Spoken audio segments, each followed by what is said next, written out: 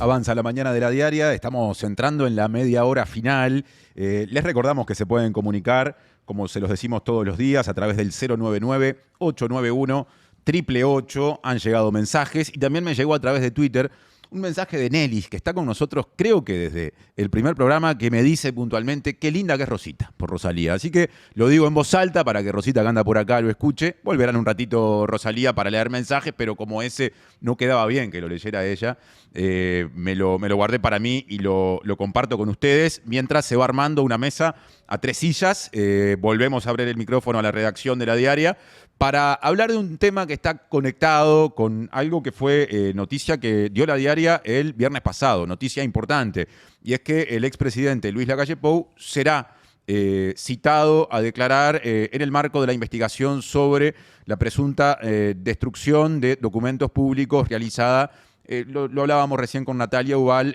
durante el gobierno anterior, asociada a todo lo que ocurrió a partir del otorgamiento del pasaporte a Sebastián Marcet. De este asunto, pero también de otras derivaciones, van a hablar Lucas Silva y Pablo Méndez de Justicia de la Diaria. Lucas, bienvenido. Bueno, muchas gracias, Martín. Un gusto estar acá, como siempre. No es tu primera vez en esta mesa. No es la primera vez. Sí es la primera vez, en realidad desde que estamos al aire, porque hubo antes algún programa de prueba de Pablo Méndez, que es periodista de Justicia de la Diaria. Pablo, un gustazo y bienvenido. Bueno, buenos días. Muchas gracias por la invitación. Vamos a empezar hablando contigo acerca de cómo viene la investigación del fiscal Alejandro Machado en esto que yo mencionaba como la investigación acerca de la presunta destrucción de documento originada a partir del otorgamiento del pasaporte a Marcet. ¿Qué puede esperarse de esa citación, tanto a Lacalle Pou como a otras personas que fueron jerarcas? Bien, lo que informamos el fin de semana fue que el fiscal Machado decidió, bueno, después de la feria judicial de julio, convocar a todas las personas investigadas en la causa sobre la destrucción del documento. Entonces, bueno, entre ellos está el presidente. Puede ser que el expresidente, ¿no? Puede ser que el expresidente declare en agosto, no tiene por qué ser en julio, porque, bueno, hay varias personas investigadas, entonces puede ser como se puede extender en el tiempo. Pero lo importante de esto es que, bueno, es un quiebre, ¿no? O sea, el fiscal, la causa se inició en noviembre de 2023, ¿no? Entonces, bueno, el fiscal desde ese momento hasta ahora, bueno, viene investigando, estudiando documentos, pidiendo oficios a diferentes dependencias del Estado y ahora entiende que tiene la documentación suficiente como para empezar a recibir las declaraciones sobre el caso. O sea que es, a ver, se va a concretar algo de lo que se venía hablando hace mucho. Hace mucho se dice, será citado Lacalle Pou. Bueno, ahora ya es noticia, ¿no? Sí. Será citado. Sí, exacto. Y bueno, y también vamos a conocer oficialmente las versiones de cada uno de los involucrados, que no es poca cosa, en un caso que uno siente que es realmente grave en el sentido de que, bueno, lo que se acusa no es una pavada. O sea, se acusa de haber destruido un documento certificado nada más que en torre ejecutiva. Entonces, bueno, entiendo que es como que es una causa a la que la ciudadanía va a estar atenta. Recordemos de nuevo los nombres de otras personas que fueron jerarcas que también serán citadas, para que quede claro que además de Lacalle Pou, cuyo nombre tiende a ocupar mucho espacio, también hay gente de primeras líneas de organismos como ministerios, ¿no? Claro, ahí, o sea, la primera que va a declarar en calidad de testigo va a ser H, como dijo Natalia hace un ratito, que fue la que generó la denuncia, digamos. Pero lo que denuncia ella, bueno, es que hubo una reunión entre el ex subsecretario del Interior, Guillermo Maciel, y el asesor presidencial, Roberto Lafluf, en la que le pidieron destruir ese documento y a su vez certificar el teléfono sin que esos chats, ¿no? Entonces, bueno, está Lafluf, Maciel, también bueno, el presidente, como dijimos, y también la persona que recibió ese documento, que de alguna manera, bueno, él, según lo que dice H, lo recibió en Cancillería y ese papel, que iba para una investigación administrativa, terminó en torre ejecutiva, claro, en otro organismo, que es Carlos Mata, el exdirector de Jurídica. Del Ministerio de Relaciones Exteriores. Exacto. Todo esto nos conecta con Marcet. Hay un uruguayo llamado Ezequiel Santoro Vasallo, vinculado a la organización delictiva de Marcet, y me interesa saber contigo, Lucas, qué lugar ocupaba ese uruguayo, por qué es relevante saber de él, conocer su perfil, eventualmente sus responsabilidades, y por qué su testimonio en la justicia de Estados Unidos, donde justamente lo dio, empieza a ser en este momento muy relevante en términos geopolíticos, nada menos. Esto es interesante porque el llamado caso Marcet en realidad tiene como múltiples derivaciones. De hecho, con Pablo venimos trabajando en múltiples casos derivados de la causa principal, que fue cuando nos enteramos de su detención. Se están desarrollando en paralelo varias causas. En el caso de Ezequiel Santoro Vasallo, él aparece mencionado con un rol preponderante ya en A Ultranza Pi, que es como la causa que termina en el pedido de extradición de Marcet. El pedido de la justicia paraguaya, ¿no? Porque acá en Uruguay, hay que recordarlo, no tiene ninguna causa abierta, no hay un pedido específico de Uruguay. Ezequiel Santoro Vasallo ya aparecía, y para resumirlo y que quede claro, es básicamente la persona que le lavaba la plata a Marcet. Era el que se encargaba de bajar el dinero, esos millones de dólares que Marcet logró colocar en Europa. Era el engranaje central de todo un esquema de lavado de activos. Ese era su rol, y él fue extraditado a Estados Unidos. Y está siendo clave. ¿Y por qué en términos geopolíticos es clave? Porque ahí hay que pensar, uno se pregunta, ¿qué hace Estados Unidos metido en esto? Cuando en realidad la ruta de la cocaína baja desde Bolivia, pasa por Paraguay, pasa por el puerto de Montevideo y termina en realidad en Europa. Esa es hoy el negocio de la cocaína, es básicamente ese. 3 puertos como centrales, que son Hamburgo, Amberes y Ámsterdam. Pero vos decís, bueno, Estados Unidos, ¿por qué le interesa entonces? Bueno, porque hay un tema de movimientos financieros, ¿no? Quedó claro a partir de algunas escuchas de la aplicación SkyEx, que Europol en algún momento logró encontrar, y ahí aparece que Santoro Vasallo movió plata vía Estados Unidos. Entonces a Estados Unidos ahí ya le preocupa. Y también le preocupa, y es otra novedad, y esto sí que es ahora si bien todavía no trascendieron todas las declaraciones de Santoro Vasallo, hay un vínculo anterior de Santoro Vasallo con la tripulación iraní-venezolana que estuvo en un momento en Paraguay. ¿Y qué sucede? Ahora vos ves que, decís también, Israel empieza a mirar un poco la región. Los servicios de inteligencia de Israel empiezan a mirar y a ver qué sucede. ¿Eso está pasando? Eso está pasando, y vos decís también, eso es porque la cocaína llega a Israel. No, es porque en realidad empiezan a aparecer indicios de posibles vínculos de financiamiento del terrorismo, que es la otra posibilidad, digamos, que a veces también el negocio tan lucrativo del narcotráfico genera, de que desde esta región, desde la hidrovía o del Cono Sur, se estén financiando determinadas actividades, por ejemplo, de Hezbollah, que es una cosa que siempre estuvo, la Triple Frontera, que es el lugar donde justamente estaba Santoro Vasallo. Es una familia de uruguayos que están hace muchos años en Ciudad del Este, que tiene algunos antecedentes por trata de personas, y tiene una agencia de turismo. O sea, el rol de él, su vínculo con esta tripulación iraní-venezolana era por ahí, era la agencia de turismo que de alguna manera le dio soporte a ese viaje que nunca se terminó de aclarar, y que además, por otro lado, tiene vínculos con Cartes. O sea, Cartes, que al mismo tiempo está expresidente paraguayo que Estados Unidos ya puso en la mira hace tiempo, lo definió como significativamente corrupto en un momento, y ahí hay como un tema geopolítico importante que se mueve, y que Marcet aparece en el medio. No es un actor nada secundario en toda esta historia.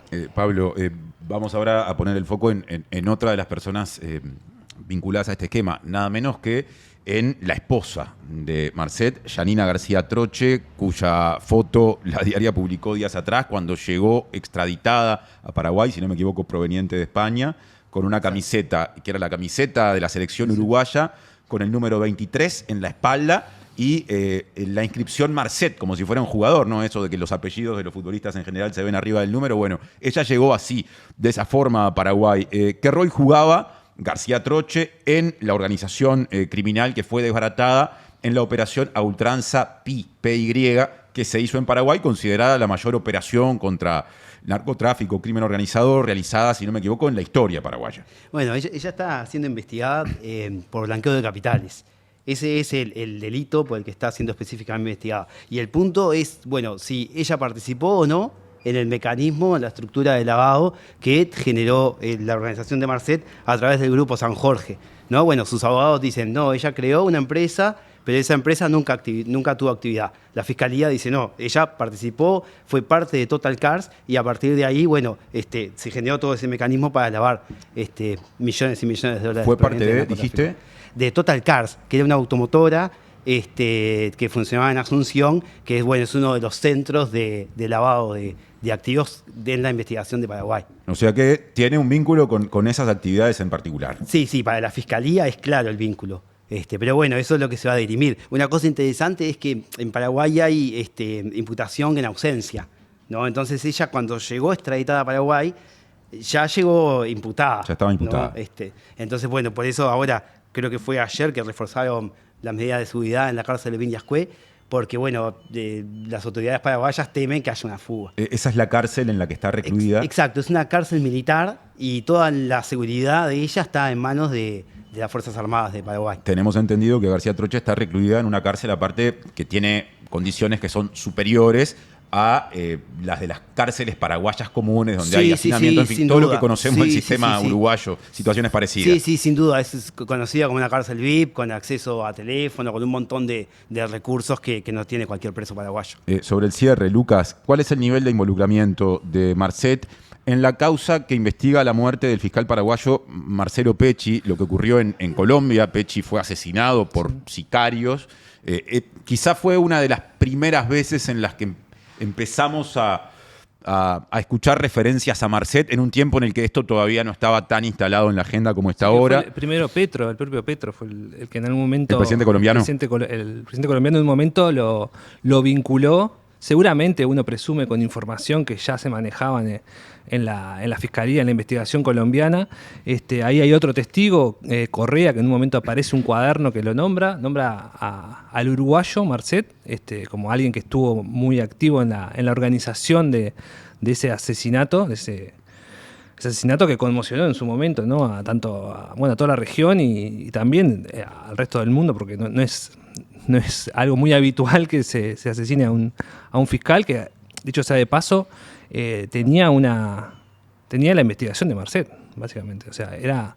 en Paraguay. Claro. Y esa investigación, hay muchas conexiones con Uruguay. O sea, el rol de Marcet en todo este esquema que se investiga tanto en Paraguay como en Colombia, uno tiende a ver de a poco cuando surge información que la pata uruguaya, el rol de Uruguay en todo este esquema, es mucho más preponderante, mucho más trascendente que capaz que lo que veíamos hasta el momento. Por ejemplo, hay un dato que yo siempre recuerdo que porque a mí me impresionó mucho cuando lo vi de la causa paraguaya, de la investigación de la Fiscalía Paraguaya, que solamente de los años para ver el movimiento y lo que significa este negocio y el dinero que genera, entre 2020 y 2021, o sea, en plena pandemia, a la organización de Marcet y de Infran, que era la otra persona que aparecía mencionada, el tío Rico, una persona vinculada al mundo religioso, además, con un personaje muy singular, digamos, para estudiar. Bueno, pero solamente en esos 2 años a esta organización le incautaron 17.300 kilos en puertos europeos. Eso equivale, lo dice la propia, no es una estimación nuestra, lo dice la propia acusación de la Fiscalía contra Tío Rico, son 433 millones de dólares incautados. Y uno tiende cuando uno habla con cualquier policía que trabaja en narcóticos, en estos temas, te dice, bueno, agarramos uno de 10. Claro. O sea que estamos hablando de un volumen de 4.000 millones de dólares que pasaron o se cargaron en Asunción o se cargaron en Montevideo, pero sí salieron de una Bolivia que está produciendo cocaína como nunca en la historia y que terminan colocados en puertos europeos y en el mercado europeo, que es muy redituable, con unos márgenes de ganancias que son amplísimos. Y esa estimación es solamente de la organización de Marcet. Claro. Porque en paralelo tenés también el narco de la Tahona, tenés a otra gente que también puede estar trabajando, que capaz que no es Marcet, capaz que no es tan conocida, capaz que no tiene todos los tatuajes de Marcet y no es tan personaje, pero que tal vez sigue utilizando las ventajas que da, las debilidades de control de aduanas. De hecho, ahí en una de las conversaciones es muy interesante, pero Marcet dice que habla con gente de aduanas, habla del Aeroclub de Salto. De gente de aduanas de Uruguay habla ahí. Habla en una de las de Skyek de estos diálogos que se desencriptaron, digamos, entre Santoro Vasallo y Marcet. Hablan o sea, confirma lo que muchos suponen, que es que no es posible que esto se despliegue sin corrupción, claro, sin algún tipo de debilidad estatal de todo tipo. Y ¿no? cuando se piensa en droga que se cuenta en cientos de millones de dólares o más, incluso, porque tu cálculo nos lleva a la cifra mucho más arriba, la capacidad de corromper, el poder de fuego, la capacidad de tener presencia en distintos territorios de estas organizaciones, se vuelve efectivamente una posibilidad bastante Y con todos razonable. con muchos recursos para poder corromper, amenazar, tener tecnología de punta. Claro, también y eso. siempre adelante del Estado, digamos, de alguna medida. Les agradezco a los dos, Pablo y Lucas, por estos 15, 20 minutos para abordar un tema espinoso, pero clave, con un frente judicial abierto, pero también con personas nada menos que del elenco político que, aunque más no sea por derivaciones, no por estar vinculadas a la trama de la que veníamos hablando al final, también tendrán que declarar prontamente. Hasta la próxima. Muchas gracias.